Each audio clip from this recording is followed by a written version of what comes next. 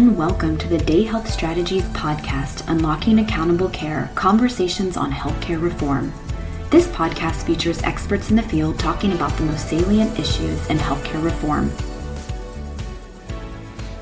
Welcome to another episode of Unlocking Accountable Care. I'm your host, Emily George, and I'm here today with Julian Dormitzer, a nurse practitioner at a community health center here in Boston. Welcome to the show, Julian.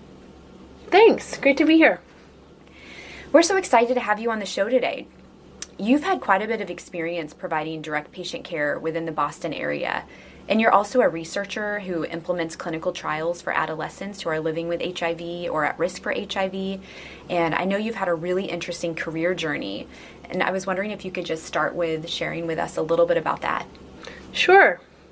I knew even after graduating high school that I had hoped to work in healthcare in some way, and went to school at Grand Valley State in Michigan and decided to pursue nursing as my bachelor's degree. And I did several rotations in the acute care setting in hospitals, worked as a nurse assistant on a neurosurgery floor, and enjoyed that work, but knew that I wanted to be a little bit more community-based and see people in their daily lives, not in such a controlled context as in inpatient care. And so I landed, interestingly, first in clinical research as a clinical research nurse because it was based in a community health center and it was very close to the population. Even working within the population I was passionate about, young people who are at risk for HIV and men who have sex with men who are living with HIV. And so I worked in clinical research for about 5 years, and in that role, not only learned about how to implement a trial, how to problem solve in terms of recruitment and retention, reaching communities and connecting with communities who are vulnerable and have been mistreated historically in research. I learned a lot about communication and connection, building trust in a healthcare context. Throughout that time, I also decided that I was interested and eager to be a provider, to have a little more responsibility as in the healthcare world. And so I started to pursue a nurse practitioner degree and just finished that up fairly recently. And now I'm working 3 days in primary care and continuing the research work 2 days a week. And throughout that time, I've also always been interested in policy and politics. I think if I could have 2 full-fledged careers, maybe I would pursue policy or law school, because it really does interest me. It's part of the reason why the primary care setting interests me so much, because I do think you can think about policy around social determinants of health and how that impacts your patient care and your patient's health. So throughout my work as a clinical research nurse, I decided to apply for the Mass Commission on LGBTQ Youth and spent 4 or 5 years working with people from a variety of disciplines who were passionate about LGBTQ youth as well, and worked on several policy goals and policy initiatives with them to improve the lives of young people across the state. Wow. This is so fascinating. And can you just talk a little bit more about how did you marry those 2 interests together, and where did that come from? Why were you interested in doing that? I think I did grow up in a home where politics and kind of the news and policy was discussed regularly. Both my parents just have an interest, and as a family, we discuss a lot of current events and what's going on in Washington or how these things may impact people living in Michigan. And so I've just always been interested in policy, politics, democracy, how people vote and how they feel that impacts their lives positively or negatively. And in my free time, I actually find myself reading more about kind of policy and politics than about maybe clinical care. I'm balancing that out as a new provider because I have a lot to learn. But so those were just kind of natural interests of mine. And part of what drew me to HIV was how policy has driven the HIV epidemic in our country and internationally too. I think that social issues are you can't really separate them from HIV infection and the HIV epidemic. And so that's why it was an interest of mine even out of nursing school. And so when I landed working in clinical research, it was very kind of cutting edge. What are the new treatment regimens? What are new and innovative ways to prevent HIV? and on an individual level, figuring out if a certain biomedical intervention works. But then there's the whole question of how you deliver it to a large group of people, how you help communities trust a new intervention, and then how can you really affect a community with that individual level change. And that's where the commission came in. And an email was circulated in my workplace that the commission was looking for new members, and there was an application and interview process. And as a young person eager to just learn and be exposed to many things, feeling like I did have time in the evenings or time on the weekends to devote to some extra responsibilities, I decided to apply. And it ended up being kind of exactly what I had hoped it would be, which was meetings in the evening at the Department of Public Health, learning from people who were already embedded in government. We had area professors who just wanted to continue to give back and contribute to the lives of young people on a kind of 10,000-foot scale, knowing that they were beyond their years of direct service. And we had leaders in the community that have led community-based organizations for decades who could provide historical perspective on how the commission came to be and where we were going and how important it was to have support from people like the governor and the Senate. Every year we would go through a process of making sure we would be covered in the next year's budget, appealing for more money if we had a specific initiative we hoped to move forward. We would spend time at the State House, talking to people, doing listening sessions, brown bag sessions with legislators, and all of that was a really interesting process to be a part of. Wow. That sounds like such an incredible experience. And can you talk a little bit maybe more about the ways in which some of those, like the things that you were doing with the commission played out in the way that you were providing care as a nurse at this community health center, or the way that you were implementing these trials, building trust with the community? How did you marry those things together? Yeah, I can think of a few specific examples. We often would have young people enroll in our trials who had maybe had sex ed as part of their curriculum in school, maybe not. That's not a mandate. The only kind of mandate in Massachusetts is if you're going to offer sex ed, it has to be accurate information, but school districts can still choose not to offer it at all. And so we would draw youth from many different school districts who had varying backgrounds and varying information around sexual health. And a unique thing about the research we were doing is because of the sensitive nature around sexual identity and gender identity, youth didn't always need parental permission to participate, and sometimes would come in and have a risk reduction counseling session with me and had never talked about sex with an adult before. And so I could see that there was a gap in information that young people were getting across the state, and that's been widely known and talked about. I don't mean to be a first person who's thought about that. People have been working for decades on how to increase things like condom access in schools and increase sexual health information.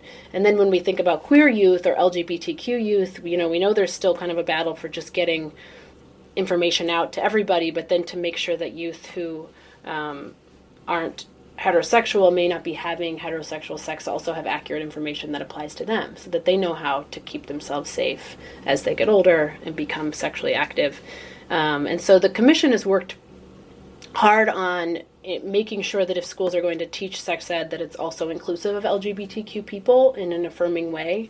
And that can be done just in kind of empowerment around gender or sexual identity, depending on how detailed a given school district or school board agrees to be. We just want to make sure that when people are teaching and bringing up those policies, that they're accurate and applicable to all youth in the room. And so that's something that the commission was kind of working on as I was meeting with young queer people who had never heard relevant information for them. So I know that that's an ongoing need, but something that the commission was having success in and had a lot of support from the Department of Elementary and Secondary Education in as well. Each year, the head of the Department of Elementary and Secondary Education would send a letter to each school principal, kind of giving their signature of approval or encouraging them to work with our commission, and that it was kind of trusted and that we were going to provide safe and accurate information and work with communities, local communities, in a way that would not alienate parents or even teachers who may not be comfortable with material we were discussing. Mm-hmm. So that was really key. Another policy the commission worked on was, while I was more active, was ID access for young people. So We know that an ID, a photo ID, allows you to access other state services that we might take for granted, to get into a shelter, to sign up for mass health, to access food assistance. You need an ID, and if you're a young person who hasn't gone through driver's education or hasn't gone that more formal route that people may take to get an ID, it can be hard to get a state ID that allows you to access those services, as well as there's a fee along the way. So there's a $20 form to fill out here, there's a $30 form to fill out here, and the commission was able to fund a pilot program that supported a caseworker in community-based organizations around the Boston area and greater Boston area that could kind of walk a young person through that process and cover the fees that they would encounter along the way. And so we had a pilot program for a year where we were able to fund a part of a person's salary to work with youth on ID access, cover the fees, and young people could then get an ID and access a lot of the systems that people have been really proud to create and support in the state, but that accessibility was an issue. And I could think of patients of mine that would definitely apply to. Sure. There's no doubt that all of these things have probably really shaped your the way that you provide care as a nurse practitioner in your community health center. Mm-hmm. And so switching gears a little bit, now you have graduated, you have your license, you're starting to provide direct patient care. Mm-hmm. You're still working in a community health center that's serving the needs of very vulnerable and marginalized populations. And so what is it like for you now on a daily basis? How are you addressing some of those needs in the community now from the direct patient provider point of view? Yeah, I think, going to listening sessions from the commission over the years, or gathering youth to speak about what they experience on a daily basis and watching them translate what daily life can be if you have some of these barriers around maybe substance dependence or housing. I think hearing young people's experience over the years has helped me as a provider remember when I'm walking into the room what someone's priority might be. So my priority might be that a young person has a pap smear at that visit, but maybe they didn't sleep last night because they were sleeping outside and they actually haven't had breakfast, and this would be the worst possible day to have someone have an exam that may feel vulnerable. And so I think it's, I just try to keep the balance in mind of the structural things that people may be dealing with, and that, whether they're able to keep that referral appointment or meet with the specialist I think they should see next, or complete that exam that I need to check off my list for their care, we have to be working together on those two things. So I think paying attention to those kind of social needs, even in the context of a 20-minute primary care visit, are really important. And because I've taken a higher level approach over the last few years, it's easier for me to think about those. I better understand the systems people are living and operating in. I hope. Yeah, well, those are such great points. So how do you balance that? Because I know as a provider here, there's compliance things, and there are quality metrics, and there's a certain amount of time you can spend with a patient. How do you balance just checking off the boxes and doing what you need to do to be a high volume, high producing provider, mm-hmm. And then also meet their social needs and really take that approach when you're actually seeing them? It can be a challenge, especially as a new provider, because I want to make sure that the quality metrics for my patients look good, or that I'm doing my job not only for the organization but for my patients as a whole when I look at them as a group. But I'm also meeting a lot of patients for the first time, either because they're new to me as I build out a panel, or because I just haven't met them and maybe other providers here have, but they aren't available that day. And so I think to build the trust I'm going to need to work on the issues that I think are important, health screening, blood pressure control, cholesterol, these things we know that are really important, but someone may not be feeling on a daily basis. I have to take the time to make sure I'm doing a thorough mental health assessment, making sure I understand whether this person has support or doesn't have support. Do they have a partner at home? And if they don't, can I have the medical case manager work more closely with them to make sure that they can take their medication? Or it's just a kind of ongoing balancing act. And I think I maybe go in with my goals for the visit, but if their goals are completely different, then maybe we can accomplish, one of mine and one of theirs. Maybe I can help them understand what what's important about my list for the visit, and also help them understand and make them feel like their list is important too. So I think it's a balance, but I think by building that trust first, which often comes from addressing the issues that make their life more challenging every day, I think in the long run, my list will get accomplished too. So I've been trying to think about that, but it can be a challenge, especially if you see someone that you may not see for another 3 months because of what they're going through. You really want to get certain things done. As someone who is deeply involved with policy and advocacy work, both in your past and even now, I'm maybe not doing as much of it since you're doing your direct patient care. What ideas do you have for improving the healthcare system delivery overall, especially when it comes to thinking through some of these more equitable solutions for underserved communities? What we're trying to do is just be more accessible. I think healthcare access continues to be, even in a community health center model, really challenging because as providers, we need to see a certain number of patients every single day to keep the lights on and,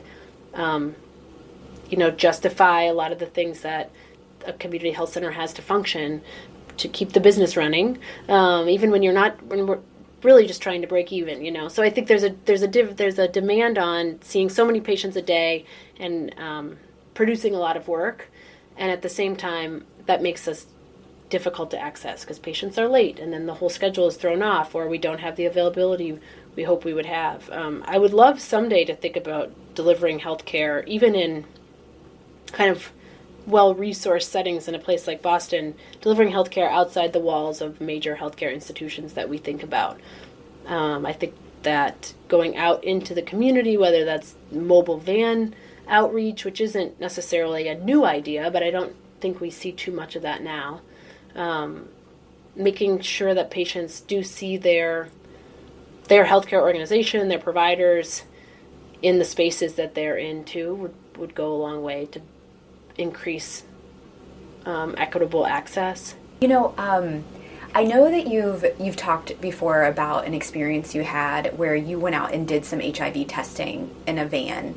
And so can you share a little bit about that? Because that is a really great example of what you're talking about. How do you increase access for these populations? And this is a real life example. Yeah, we had a study that had tasked us with finding new HIV infections or identifying people who may have been living with HIV for quite a long time but didn't know it. And that can be a challenge in a city where we think testing is pretty accessible. You kind of have to find the cracks, and we know the cracks are where the epidemic continues because people don't know their status and then share it with others. So we realized that we needed to increase our testing hours, late into the night, and we needed to leave our neighborhood. So a colleague of mine and I rented a van that was kind of outfitted for this kind of testing, and we were just doing rapid finger stick testing at that time. And we parked it outside of clubs in the area, and that isn't uncommon. There are some people that do that on a more regular basis in Boston. We had learned about a club that was kind of farther outside the city and frequented by people who may be at risk for HIV, who may be non-English speakers, who may be undocumented, and for a variety of reasons not able to access services that were otherwise available around them. And so we worked with some staff and people we met through word of mouth that were willing to go into the club and talk about the fact that we were outside and build some of that trust before they even came in contact with us, and help them understand that even in the context of this research study, things like legal documentation didn't matter. There would be no cost. They would have an answer, a result right then and there. We didn't even need to collect information to follow up unless the result were positive. And so we did it a couple nights over a winter, and we would test from 11 p.m. to 2 a.m., and we would stay in the van so that people approached us when they were ready or they wanted to. Sometimes people would be outside smoking and see us and ask about us, and then they'd get a test, or someone inside would have had a conversation with somebody and sent them out to get tested. And we did one night identify a new positive, and she was really kind of surprised and shocked, but because she felt like it was a safe private setting, We were in her community. She actually had friends there that she was willing to ask their support that night. We got her contact information, and I gave her my card, and I just said, I hope, I really would love for you to see me tomorrow. Come to this address anytime. You can show up in the lobby. And in research, luckily, we have a little more flexibility than primary care. And sure enough, I went home that night not knowing. I had her contact information, and we were going to do everything we could to find her. We would never want to not be able to get in touch with her again, but I didn't know if she would be the one to initiate it. And sure enough, the next day, before noon, she was in the lobby and just said, you came here to see me, and we were able to get her right in to see a provider, do confirmatory testing, and she was undetectable within 2 months, probably, Wow. on medication. And she's still doing very well and has never had a detectable viral load again. So I don't know when necessarily she would have accessed the more traditional healthcare setting we think of to get tested, but that kind of approach, at least made a difference in her life and ultimately her partner's lives in the future too.